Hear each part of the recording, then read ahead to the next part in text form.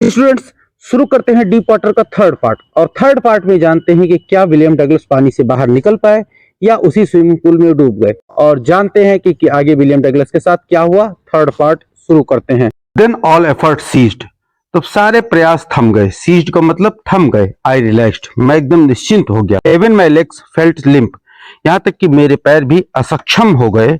Limp का मतलब असक्षम हो गए। And blackness swept over my brain, और मेरे दिमाग पर यानी मेरे मस्तिष्क पर एकदम अंधेरा छा गया। मतलब डगलस बता रहे हैं कि मैं प्रयास करते करते थक गया और अंततः मैंने अपने प्रयास को छोड़ दिया।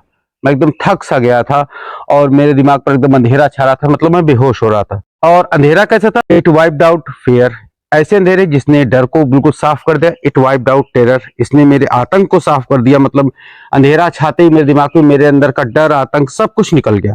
There was no more panic, अब कोई घबराहट नहीं थी, अब कोई डर नहीं था। It was quiet and peaceful, अब राइटर बता रहे हैं कि अब एकदम शांतिपूर्ण और स्थिर हो गया था। Nothing to be afraid of, अब डरने जैसी कोई चीज ही नहीं रह गई थी। मतलब जब वो बेहोश होने लगा तो उसे लगा कि अब कोई भी चीज नहीं रह गई कि अब जो उसे डरा सके, अब सब कुछ उसके लिए थम सा गया था। देयर इज नाइस, ये बहुत अच्छा था। टू बी ड्राउजी, ड्राउजी का मतलब उनींदी सी अवस्था, जब नींद लगने लगती है तो उसे ड्राउजी कहते हैं। तो वो उनींदी सी अवस्था में हो गया। टू गो टू स्लीप, और वो सोना चाहता था। नो नीड टू जंप, अब उछलने की यानी छलांग मारने की कोई जरूरत नहीं थी। टू टायर्ड टू जंप, और तो उछलने के लिए मैं थक भी गया था। मतलब राइटर बता रहे हैं कि अब मेरे अंदर इतनी क्षमता नहीं रह गई थी कि मैं छलांग मार सकूं ऊपर की तरफ, या फिर अब मैं कुछ कर सकूं। और अब मैं बिल्कुल सोना चाहता था, अर्थात राइटर बेहोश हो रहा था अब, और उसके अंदर अब सक्षमता नहीं रह गई थी। It's nice to be carried gently, अब बहुत आराम से, बहुत प्रेम से उठाए ले जाया जा रहा था। मतलब उसे लगा कि कोई प्रेम से मुझे उठा रहा है। टू फ्लोट अलोंग स्पेस, मैं हवा में तैर रहा हूँ। टेंडर आर्म्स अराउंड मी, मेरे चारों तरफ, मेरे आसपास कोमल बाहें हैं। Tender arms like my mother's, now I must go to sleep, और उस तरह की नर्म बाहें, उस तरह की कोमल बाहें जैसे मेरी माँ की। Now I must go to sleep, और अब मुझे सो जाना चाहिए।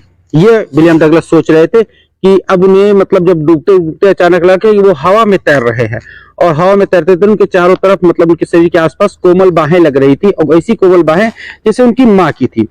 और जब कोमल बाहों का स्पर्श उन्हें हुआ तो उन्हें लगा कि अब उन्हें सो जाना चाहिए, उन्हें नींद आ रही थी। I cross to oblivion and curtain of life fell, तो वो चेतना के संसार को पार कर गए, अर्थात उनके आंखों के सामने अंधेरा आ गया और उन्हें लगा कि उनकी लाइफ का पर्दा गिर चुका, अर्थात वो मर चुके। लेकिन ऐसा हुआ नहीं था। The next I remember I was laying on my stomach beside the pool, अगली चीज मुझे केवल ये याद है कि मैं तालाब के किनारे, उस ताल के किनारे में पेट के बल लेटा हुआ था, वोमिटिंग और उल्टियां कर रहा था। मतलब डगलस बताते हैं कि मुझे एक ही चीज याद रहेगी कि मैं ताल के किनारे लेटा हुआ था और पेट के बल लेटा हुआ था और मुझे उल्टियां हो रही थी। The chap that through me in was saying but I was only fooling, someone said, मतलब मुझे कुछ एक लरजती हुई आवाज सुनाई दी और जो कह रही थी कि मैं केवल मजाक कर रहा था। यानी कि उसने सुना कि उसने जो, जिसने उसे फेंका था, जिस बच्चे ने, जिस लड़के ने, वो एकदम डर सा गया, उसके डूबने से डर सा गया। और जब वो बाहर निकला तो वो खाली यही कह रहा था कि मैंने तो केवल उसके साथ मजाक किया था। समवन सेड, किसी ने कहा, द किड नियरली डाइड, लेकिन जो लड़का था ये मरने वाला था। मतलब जिसने उसे बचाया था वो उस लड़के को डांट रहा था कि तुमने तो केवल मजाक किया, लेकिन ये लड़का अब बिल्कुल मर जाने वाला था, एकदम डूब चुका था। बी ऑल राइट नाउ, लेकिन अब ये सही है। Let's carry him to the locker room, और इसे लॉकर रूम में ले जाओ। वो कमरा जहां पे बच्चे कपड़े बदलते हैं, वो लॉकर रूम में से लेकर जाओ, अब ये ठीक है। सेवरल आवर लेटर, कई घंटों पश्चात, आई वॉकड होम, मैं घर गया। मतलब कई घंटों पश्चात मैं घर गया। I was weak and trembling, मैं कमजोर था, कांप रहा था। मतलब उसके मन में पानी का इतना ज्यादा डर बैठ गया था कि वो कांप रहा था। I shook and cried when I lay on my bed, मैंने जैसे बिस्तर पे लेटा मैं कांप उठा और मैं चिल्ला पड़ा। जैसे मैं बिस्तर पे लेटा मैं कांप उठा और चिल्ला पड़ा। I could not eat that night, मैं उस रात खाना नहीं खा सका, हमारे डर के खाना नहीं खा पाया।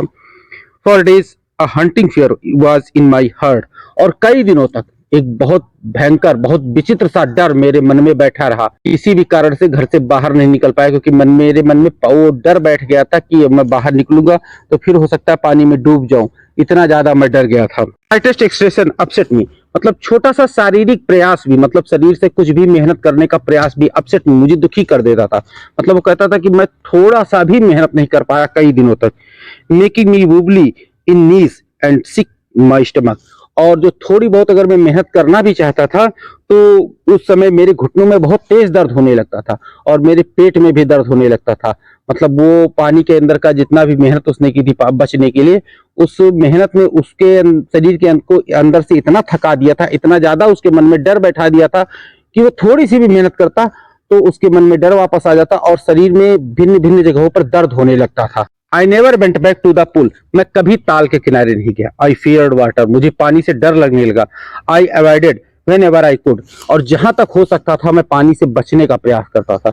मतलब उस डूबने की घटना ने उसके मन में पानी का इतना डर बैठा दिया कि वो पानी से बहुत ज्यादा डरने लगा और जहां तक हो सकता था वो पानी से दूर ही रहने का प्रयास करता था, पानी के किनारे जाने का ही प्रयास नहीं करता था। फ्यू ईयर लेटर, कई कुछ सालों बाद, when I came to know the water are Cascades. कुछ साल बाद जब मुझे ये पता चला कि मतलब उस ताल के पानी के अतिरिक्त झरने का भी पानी होता है। कास्केड्स का मतलब होता है झरना।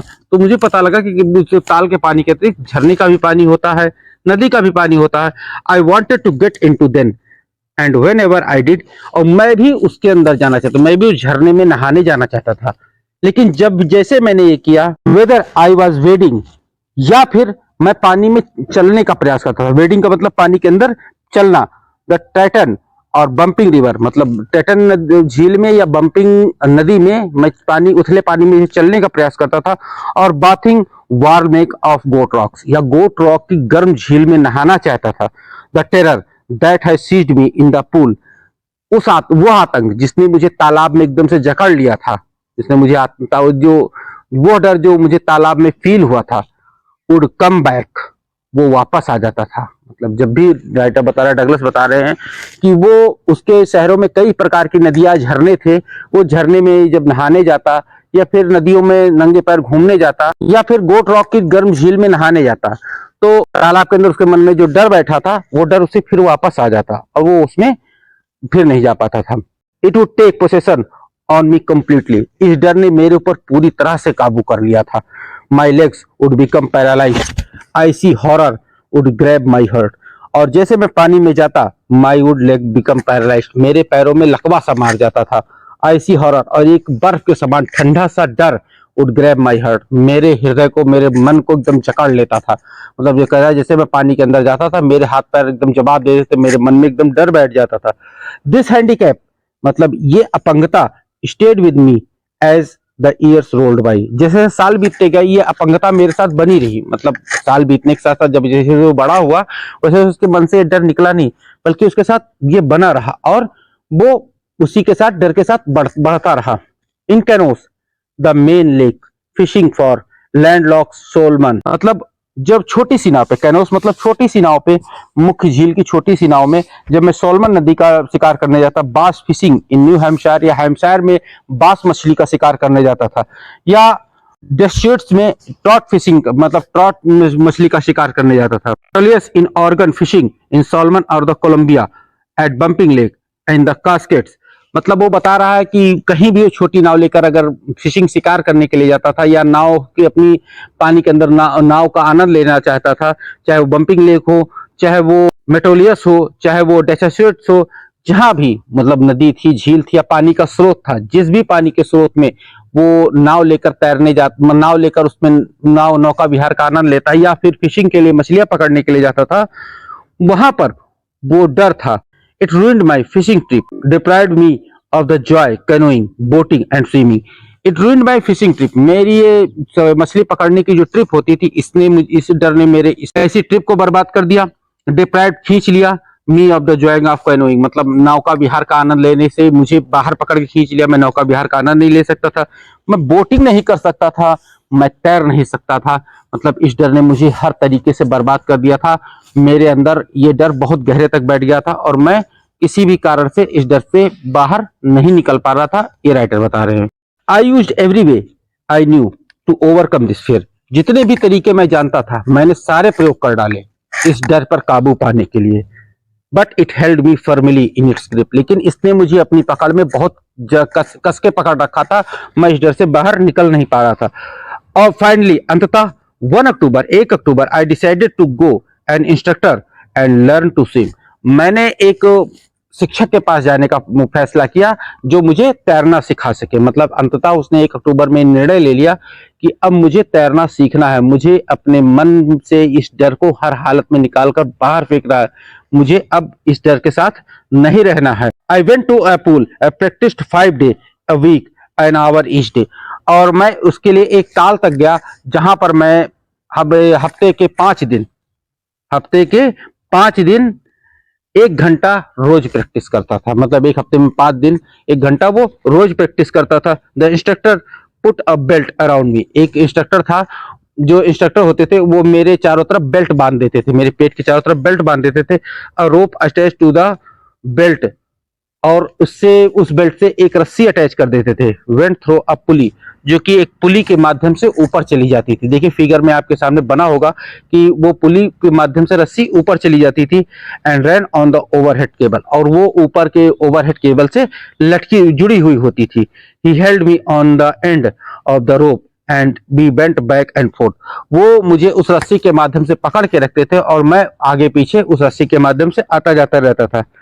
Back and forth across the pool, आगे पीछे तालाब के इस पार से उस पार तक मैं आता जाता रहता था। Hour after hour, day after day, week after week. मतलब ऐसा मैं घंटों के बाद घंटों में करता रहा, दिन के बाद दिनों, सप्ताह के बाद सप्ताह। मतलब ऐसा उसने बताया कि ये चीज मैंने कई दिनों तक की, 1-2 दिन में कई दिनों तक इस चीज को मैंने किया अपने मन के, क्योंकि उसके मन में पानी का डर बहुत ज्यादा बैठा हुआ था, तो वो तैरना भी ढंग से नहीं सीख पा रहा था। तो इसके लिए उसने क्या किया कि उसने अपने इंस्ट्रक्टर को, तो इसके लिए उसके इंस्ट्रक्टर ने, उन्हें उसके टीचर ने जो स्विमिंग सिखा रहे थे, उन्होंने एक टेक्निक निकाली कि उसकी कमर में बेल्ट बांध दी जाए, बेल्ट को पुली से बांध दिया जाए, और बेल्ट के साथ एक रस्सी बांध दी जाए, रस्सी के सहारे वो तालाब में आगे पीछे तैरता रहे। और ऐसा उसने कई दिनों तक किया। On each trip across the pool bit of panic seized me. वो तालाब का एक चक्कर लगाने के, नहीं इस पार से उस पार जाने में थोड़ा सा डर मुझे जरूर होता था। Each time the instructor relaxed his hold on the rope and I went under. प्रत्येक बार जब वो जो टीचर थे वो रस्सी जो अपनी ढीली छोड़ते थे और मैं जैसे ही उस रस्सी के छोड़ने ढीली होने के कारण पानी के अंदर जाता था, the some of the old terror return and my leg froze.